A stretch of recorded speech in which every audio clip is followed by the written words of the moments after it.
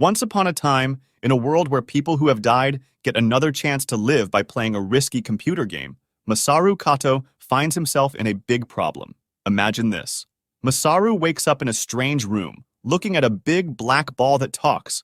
The ball gives him a task: defeat all the monsters causing trouble in the city within 2 hours, or never return to the real world. In the middle of Tokyo, monsters are creating havoc, throwing cars and spreading fear. One monster even hurls a car at a girl named Reika.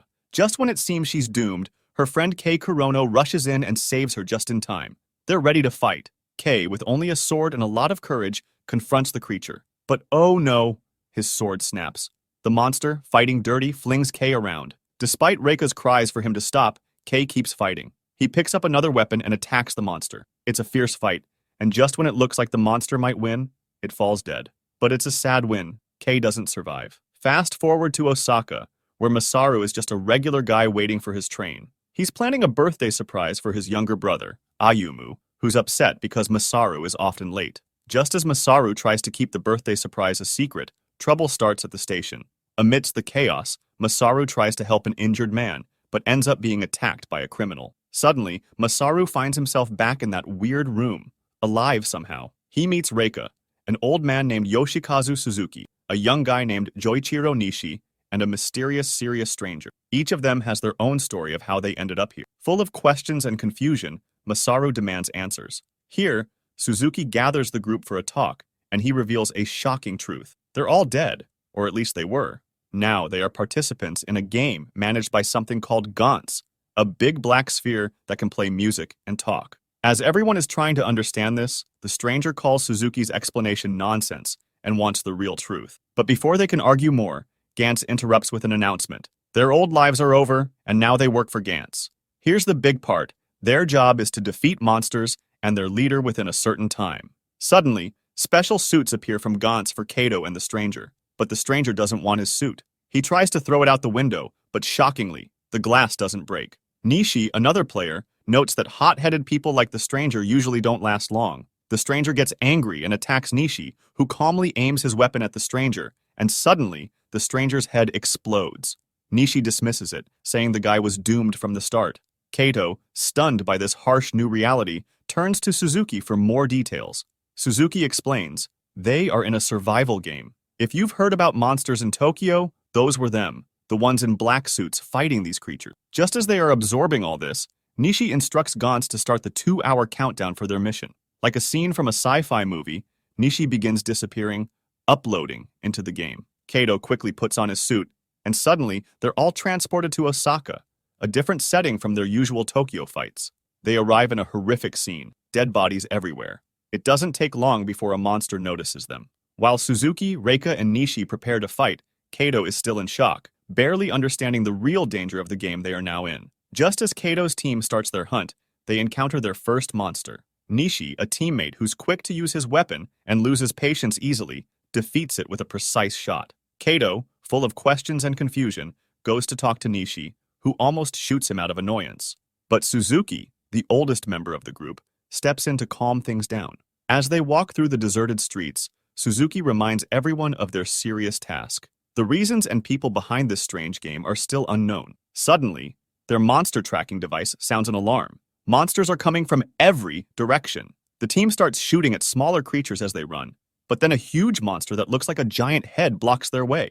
Just when the situation seems hopeless, and Kato misses his shot at the giant head, the head monster unexpectedly falls dead. But who took the shot? Looking up, they see a group of local monster hunters from Osaka, equipped with futuristic gear. These new arrivals laugh at Kato's mismatched team: a newbie, an old man, a kid, and a girl. Amidst the confusion, Suzuki explains that wounds here heal magically once the mission ends. As more monsters come close, the leader from Osaka tells Kato's team to move aside. They'll handle it. The Osaka hunters, enjoying the challenge, quickly defeat a group of monsters. Then, a monstrous snake-like creature with sharp claws appears and kills one of the fighters.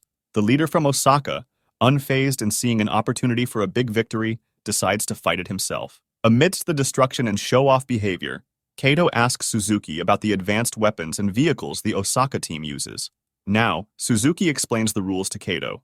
Gather 100 points, and you can choose a reward. You could select a very powerful weapon, Bring back a friend who has died, or leave this game and go back to your normal life. As they plan, Nishi sneaks off, hoping to earn a lot of points by defeating the main monster alone. Meanwhile, Kato sees a group of people running away from scary monsters.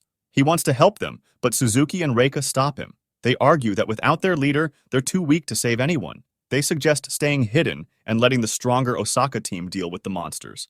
But Kato can't just watch. He's ready to fight, leader or no leader. Seeing Kato's will to act, Suzuki gives him some coins to make a phone call home and tells him to stay safe. Kato finds a phone booth and calls his brother Ayumu, who is worried about where he is. Kato tells him he's just been delayed at work, but will be home soon. After the call, Kato faces another challenge. A Cyclops monster, huge and fierce, is chasing a family. Kato attacks the monster, but it's tough. It knocks his weapon away. Unarmed, but still determined, Kato starts throwing punches, surprised by the strength his suit gives him. He gets his weapon back, and in a close moment, shoots the Cyclops in the face, freeing himself. Just then, Anzu Yamasaki, a member of the Osaka team, comes over. She's 23 and curious about Kato. When she finds out he's only 17, she seems a bit disappointed, but then asks why he would risk his life for strangers. To her, such selfless acts are strange. At first, she thinks Kato is just trying to be a hero, but as they talk, she realizes his motives are true. He really cares about helping others. She even tells him about an elderly couple and a child nearby who need help. In a city filled with fear, people are trying to hide from a huge monster. Kato arrives just in time to help. Yamasaki, at first scared to fight because she fears for her own life, is inspired by Kato's courage and decides to join him. Together, they fight the giant monster and manage to save the scared people. Yamasaki is impressed by Kato's strong desire to help others, even after facing such a scary enemy. She asks him about his past and learns that Kato's father was a firefighter, but sadly, both his parents died in a car crash when he was young. Now, Kato works hard to look after his 10-year-old brother by himself. Yamasaki shares some of her own story, revealing she is raising a 3-year-old son. They both agree that giving up isn't an option when others depend on them. Meanwhile, Ayumu, Kato's younger brother, is at home eating dinner and misses a news report showing his brother's brave actions against the monsters. As they take a break, Yamasaki points out the leaders of the Osaka group. She introduces George, who has finished the game and earned the highest points 3 times, and Nobuo, who has 4 bonuses. However, the most skilled player is Hachiro Oka, a 7-time winner known for his stealth and preference to work alone. Elsewhere, Suzuki and Reika wait for Kato's return, feeling powerless because they can't help others. Suddenly, their sensors alert them to a new danger, a giant bull-headed monster coming out of the water. Oka arrives in his impressive super armor to face the beast. George and Nobuo discuss their plan to defeat a boss monster that could give them another 100 points. Nobuo recalls how Oka once beat such a boss, earning many bonuses, but at the cost of being the only survivor of his team. At that moment, local soldiers see Reika and Suzuki. Thinking they are enemies, the soldiers aim their guns and ask which side they are on.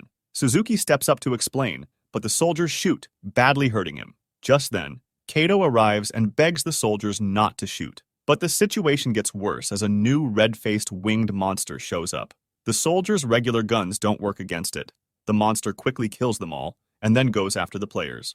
Yamasaki quickly tries to distract the beast, giving Kato a chance to catch it with a net, but the monster is too strong and breaks free. George and Nobuo join in, armed with powerful weapons, but even these don't seem to work. Overconfident, Nobuo promises to defeat the monster himself, but his attempt ends badly as the monster beats him badly before he can shoot it up close.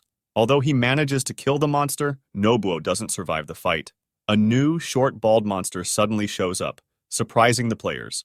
George, recognizing it as the boss, quickly attacks, slicing it into pieces with his sword. But there's a twist.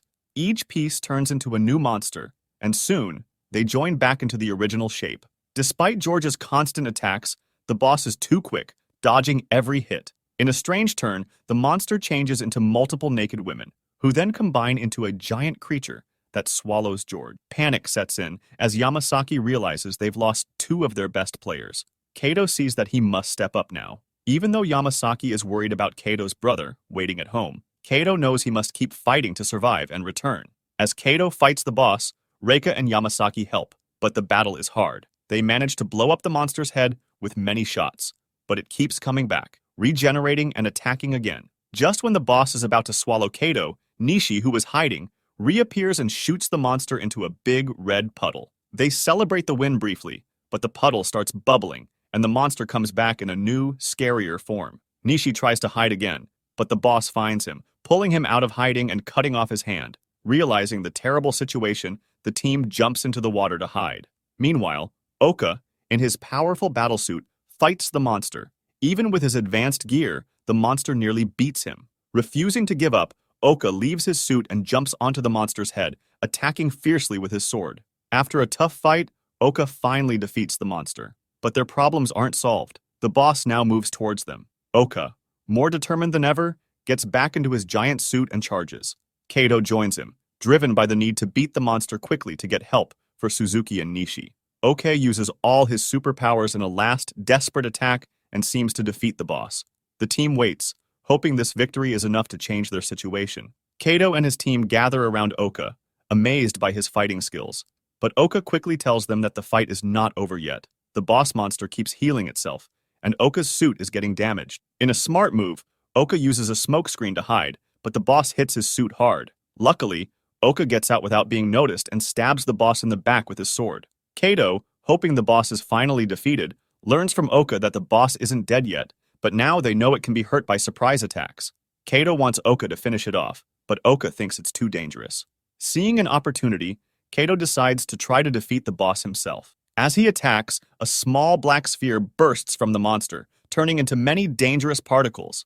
Suzuki bravely shields Kato with her body, protecting him because she knows his little brother is waiting at home. The boss then changes into a more scary form, looking like a skeleton, and goes after Oka. Kato, worried Oka might not survive, decides to fight the monster himself. With Reika and Yamasaki, they quickly plan their next steps. Kato will draw the monster out, while Reika and Yamasaki attack from a distance. Before he goes, Yamasaki makes a heartfelt request. If they all survive, she wants to live together with Kato, his brother, and her son. Surprised by the emotional moment, Kato agrees. Yamasaki then takes her position, and just as she does, a huge explosion shakes the area. The boss appears right behind Kato, holding Oka's head in a shocking display. Kato tries to talk to the monster, asking why they must fight each other. The monster says it's following a divine command, calling itself a god. At that moment, the women start shooting at the monster, catching it by surprise. However, the monster quickly adapts, its eye sockets firing random lasers. In a desperate attempt to end the battle, Kato runs at the monster, but a laser hits him, causing him to lose his legs. Reika also gets hurt, with a serious injury to her shoulder. Struggling, Kato tries to reach his weapon, but Yamasaki gets there first and attacks the monster. Tragically, she's cut in half by its lasers. Just as the monster is about to finish Kato, Nishi, always full of surprises, appears behind it. Nishi makes a final stand against the monster boss, but sadly loses his other hand. Despite the tough situation, Kato finds his last bit of strength, grabs a powerful weapon, and destroys the monster, ending the battle. As the dust settles, Kato crawls over to Yamasaki, holding her hand in a touching moment of shared struggle. Suddenly, all surviving players find themselves back in their mysterious starting room, with 9 minutes left before their deadline. Miraculously, their injuries are healed, and even Suzuki, who had bravely protected Kato, is completely restored. Kato arrives a bit later than the others, to the great relief of Reika and Suzuki, who are happy to see him safe. Then, it's time for Gantz to count the players' scores.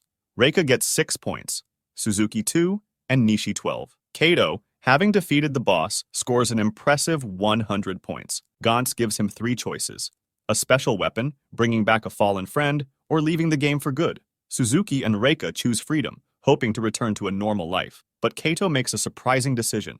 Even though he has a brother waiting for him, he chooses not to leave, but to bring back Yamasaki, keeping his promise to her. She wakes up in another room, surprised but alive. Suzuki, puzzled by Kato's choice, asks why he didn't take the chance to go back to his brother. Kato explains his commitment to his promise to Yamasaki, showing his strong loyalty. Soon after, Kato learns that they can leave the room between missions and rushes off to see his brother, balancing his life in the game with his duties in the real world. Thinking back, Suzuki recalls a time when he also earned 100 points and chose freedom, only to have his memories of the game erased. Reika asks why Suzuki never told Kato this, and Suzuki says that Kato's drive to save his friends would have pushed him no matter what. Suzuki admires Kato's selflessness, and Reika wants to follow his example, hoping to one day bring back their fallen leader, Kurono. In a story of bravery and sacrifice, Kato's choices make us think about what we might do in his place. Would you choose freedom or keep fighting to help others? Let us know your thoughts, and don't forget to like, subscribe, and tune in for more adventures.